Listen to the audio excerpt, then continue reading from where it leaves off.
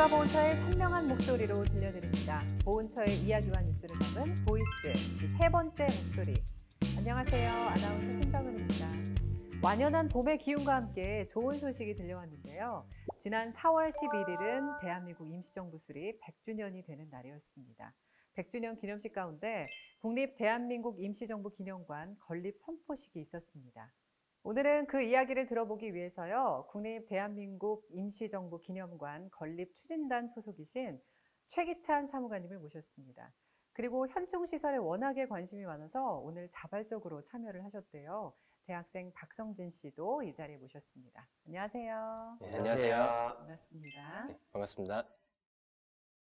대한민국 건립의 뿌리라고 할 수 있는 임시정부 기념관 수립에 국민들의 관심이 굉장히 많습니다. 오늘 세 번째 목소리이신 만큼 자세한 설명을 좀 부탁드릴게요. 네, 그리고 임시정부 기념관 국내 건립을 추진하게 된 배경이 있을 것 같은데 그 배경이 뭔가요? 예, 대한민국 헌법 전문에 명시된 것처럼 대한민국은 임시정부의 법통을 이어받고 있습니다. 손정은 아나운서 말씀대로 대한민국의 뿌리라고 볼 수 있는데요. 지금까지는 아쉽게도 임시정부를 제대로 기리고 기념할 수 있는 기념관이 없었던 것이 사실입니다. 그래서 이제 독립을 위해서 헌신하고 그리고 희생하신 분들의 삶과 정신을 후대에 전승하기 위해서 저희가 기념관 건립을 추진하게 됐습니다. 네, 그렇군요.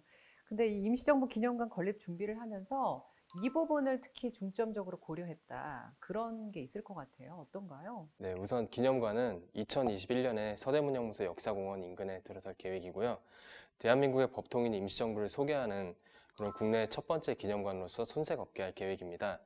특히 그동안 여성 독립운동가 등 잘 알려지지 않았던 인물이나 역사에 대해서도 저희가 중점적으로 조명할 계획이 있습니다. 네, 2021년 완공이라고요. 예. 네, 내후년이네요. 저희도 꼭 가보도록 하겠습니다. 그리고 해외에도 뜻깊은 현충시설이 많이 있잖아요. 상하이에도 대한민국 임시정부 청사가 복원되어 있죠? 예, 맞습니다. 1990년대에 대한민국 임시정부 청사 복원 문제가 제기되면서 독립운동의 공간에 대해서도 이제 본격적으로 거론이 되기 시작했습니다. 그리고 언론 보도가 시작되고 또 탐방 가시는 분들이 많아지게 되면서 1992년에 청사 복원이 본격화되게 됐습니다. 중국에 있는 임시정부 기념관에도 꼭 한번 찾아보고 싶네요. 예, 그래서 저희 보훈처에서 이제 국외 사적지 탐방 프로그램을 운영하고 있는데요. 관심 있으시면 한번 지원해 보셔도 좋을 것 같습니다. 저희가 2013년도부터 이 프로그램을 운영하고 있는데 지금 참여하신 분들의 반응이 굉장히 좋은 상황입니다. 정말요? 저도 올해는 꼭 신청해서 한번 제 눈으로 확인해 보겠습니다. 근데 사무관님, 지금까지 말씀해 주신 게 전부 현충시설이잖아요. 그러면은 현충시설은 무엇이고 또 이제 그게 왜 필요한지에 대해서 설명 좀 부탁드려도 될까요? 네, 먼저 현충시설은 현충시설심의위원회 심의를 통해서 지정이 됩니다. 독립운동이나 국가수호를 위해 희생하고 그리고 공헌하신 분들을 추모하고 또 숭고한 정신을 기리기 위한 시설이나 장소를 의미하고 있습니다. 그러면은 현충시설은 총 몇 개나 되는지 알 수 있을까요? 성진 씨가 관심이 굉장히 많네요. 네, 저희도 이런 관심을 너무 감사하게 생각하고 있습니다. 네. 현충시설은 총 2146개소가 있고요. 그러면 제가 질문 하나 좀 들어보려고 하는데 현충시설 그 2146개 중에서 가장 많은 비중을 차지하는 게 어떤 종류일까요? 한번 맞춰보세요. 기념관 아닐까요? 저는 동상이라고 생각이 동상. 드는데요. 네, 비석입니다. 비석. 그 다음이 탑이고 그 다음이 동상입니다. 비석 말씀이신가요? 비석도 현충시설에 포함되는지 오늘 처음 알았네요. 네. 생각보다 현충시설이 굉장히 많네요.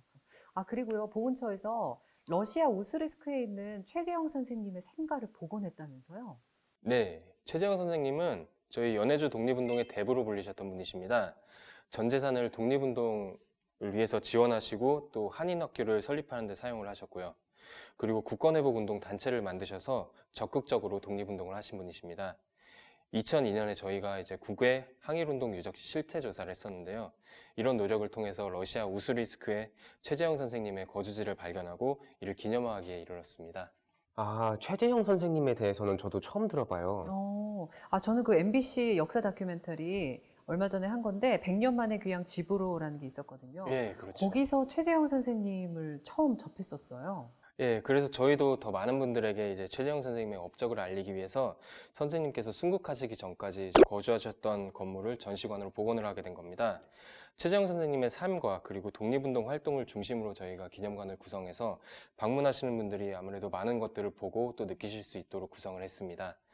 혹시 우스리스크에 가시게 되면은 최재형 선생님 생가를 꼭 한번 방문해 보시면 감사하겠습니다. 네, 제가 러시아에 언제 가게 될지는 잘 모르겠지만은, 네, 최재형 선생님의 업적과 이제 우수 리스크에 대해서는 절대 잊어먹지 않을 것 같습니다. 네, 시청자분들도 러시아 우스리스크 하면은 바로 이제 최재형 선생님을 떠올리게 되지 않을까 싶습니다. 그리고 광복군 총사령부 복원 개막식도 있었잖아요. 국무총리도 다녀가신 걸로 알고 있는데 어땠나요? 예, 대한민국 임시정부의 군대였던 광복군은 우리 국군의 뿌리라고 볼 수 있는데요. 항일 무력 투쟁의 본부 역할을 했던 광복군 총사령부가 지난 2019년 3월 29일 날 충칭에 복원이 됐습니다. 사실 총사령부가 있던 지역이 이제 재개발이 되면서 이게 사라질 위기에 좀 처했었는데 저희 충칭시하고 저희 국가보훈처가 협의를 해서 광복군 총사령부 원형을 복원할 수 있었습니다. 정말 다행이네요. 진짜 뭐 역사시설이 사라질 수도 있었을 텐데 정말 다행스러운 소식이라는 생각이 들고요. 근데 간혹 그 현충시설 관리가 미흡하다 이런 기사들을 좀 보게 되거든요. 뭐 현충시설 관리하는 게 그렇게 쉬운 일은 아닐 것 같긴 하지만 어떤 이유 때문일까요? 네, 사실 저희도 늘 신경을 쓰고 있는 부분인데요. 특정 기념일이 다가오면 이제 언론에서 독립운동 사적지에 대해서 부실 관리를 좀 보도하는 경우가 있습니다. 그런데 이제 대부분은 그 시설들이 보훈처의 현충시설로 등록이 되지 않아서 시설물 자체가 좀 확인이 되지 않는 경우가 많고요. 그리고 또 인력과 예산 부족, 그리고 외교적인 문제로 좀 관리가 어려운 부분도 있습니다. 아예 등록이 안 된 그런 부분들도 좀 있는 거군요. 예, 그러면 보훈처에서는 현충시설 관리를 위해서 어떤 노력들을 하고 계신가요? 네, 국가보훈처는 현충시설의 관리에 정부나 지방자치단체뿐만 아니라 학생, 가족, 그리고 기업체 등 전 국민이 관심을 갖고 참여할 수 있도록 다양한 노력을 기울이고 있습니다. 예를 들면 현충시설 실태조사나 현충시설 지킴이 등을 들 수 있겠습니다. 네, 현충시설 실태조사와 현충시설 지킴이라고요. 듣다 보니까 궁금해지는데 좀 자세하게 설명 좀 해주시겠어요? 예, 현충시설 실태조사는 매년 현충시설에 방문해서 이제 훼손이나 노후 상태를 파악하는 것입니다. 조사 결과 이제 필요한 시설들이 보이면 저희가 개보수를 해서 관리에 힘쓰고 있습니다. 그리고 현충시설 지킴이라는 건 이제 관리자가 개인이나 또는 문중같이 소규모 시설이나 관리가 지적된 시설에 대해서 저희가 지킴이를 지정해서 주기적으로 관리가 되도록 하는 것입니다. 이 밖에도 저희가 1학교, 1사, 1현충시설 결연 사업도 하고 있는데요. 현충시설과 학교, 그리고 지역사회를 연계해서 현충시설이 잘 관리될 수 있도록 하고 있습니다.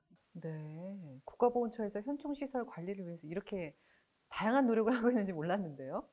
네, 여기서 그치지 않고 또 현충시설을 보다 더 체계적이고 그리고 효율적으로 관리하기 위해서 저희가 이번에 법률 제정도 추진하고 있습니다. 특히 현충시설 관리도 중요하지만 국민이 찾고 싶고 그리고 기억에 남는 공간이 되게 하는 것도 굉장히 중요하다고 생각을 하는데요. 보훈처는 이제 다양한 체험 활동이나 그 문화 콘텐츠들을 활용해서 현충시설이 국민들에게 친숙하고 그리고 즐거운 곳이 될 수 있도록 노력하고 있으니까 많은 관심과 참여를 부탁드립니다. 네, 알겠습니다. 근데 그 독일의 경우는요, 그 역사의 흔적과 시설들을 잘 관리를 하잖아요.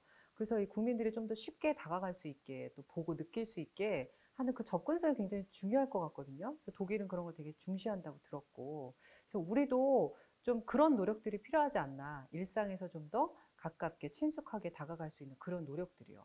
네, 좋은 말씀입니다. 진정한 추모는 이제 일상에 있는 거니까요.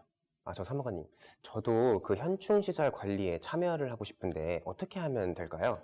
이 현충시설 국민지킴이로 한번 참여해보세요. 저희 국가보훈처 이제 홈페이지를 통해서 현충시설과 관련된 국민 제보를 받을 수 있도록 하는 제도인데요.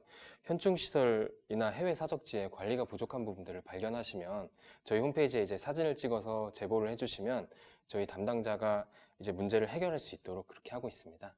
그런 방법이 있군요. 네, 저도 지킴이가 돼서 현충시설 관리에 조금이라도 도움이 됐으면 좋겠습니다. 네, 박성진 씨처럼 현충시설에 관심 많으신 분들은 이 현충시설 국민지킴이요. 그걸 꼭 참여해 보시면 좋을 것 같네요. 꼭 하실 거죠? 네, 한번 꼭 신청해 보도록 하겠습니다.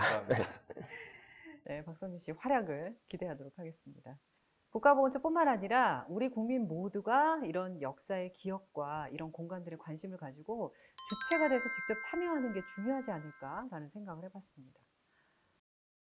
사무관님, 오늘 현충시설에 대해서 설명 잘 해주셨는데 나오신 소감 어떠세요? 예, 사실 현충시설이라는 게 많이 좀 국민분들께 생소할 개념일 수도 있는데요. 현충시설에 대해서 보다 많은 분들께서 이제 관심을 갖고 더욱더 참여하실 수 있도록 저희가 더 소명감을 갖고 열심히 해야겠다는 생각이 들었습니다. 성진 씨께서도 이제 앞으로도 현충시설에 대해서 더 많이 관심을 갖고 참여해 주시면 감사하겠습니다. 알겠습니다. 네, 워낙에 적극적이고 관심이 많아 보이는데 오늘 나와보니까 어떠세요? 사실 현충 시설에 대해 좀 막연하게만 알고 있었는데 이제 오늘 사무관님 말씀 듣고 좀 정확하게 알 수 있게 되어서 매우 유익한 시간이었고요.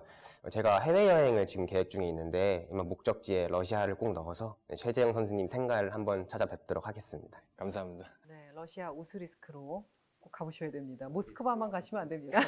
꼭 목적지에 넣어서 갔다 오겠습니다. 네, 오늘 정말 뜻깊은 시간이었는데요. 대한민국 임시정부 기념관이 완공되는 그날, 2021년에 우리 셋이 다시 모여볼까요? 좋습니다. 기대하고 있겠습니다. 네, 오늘 두 분 나와주셔서 고맙습니다.